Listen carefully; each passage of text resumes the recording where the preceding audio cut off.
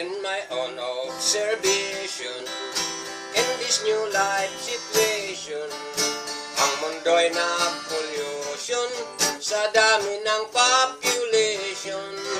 In this new generation, ang bakla nag-a-addition, kung minsay multiplication, di na magkasya sa subdivision. So we have an election to elect our delegation, to present our relation, to attend every session. That is their obligation, to promulgate the Constitution. Take good care of your position, so that no graft and corruption.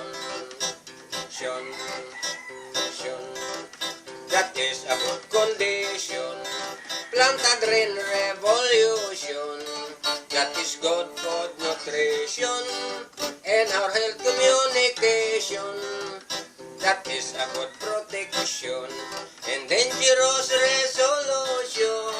Si Mr. nag-recreation, si Mamay nangonsumisyon, pasyon, salvasyon, kontemplasyon, barakasyon,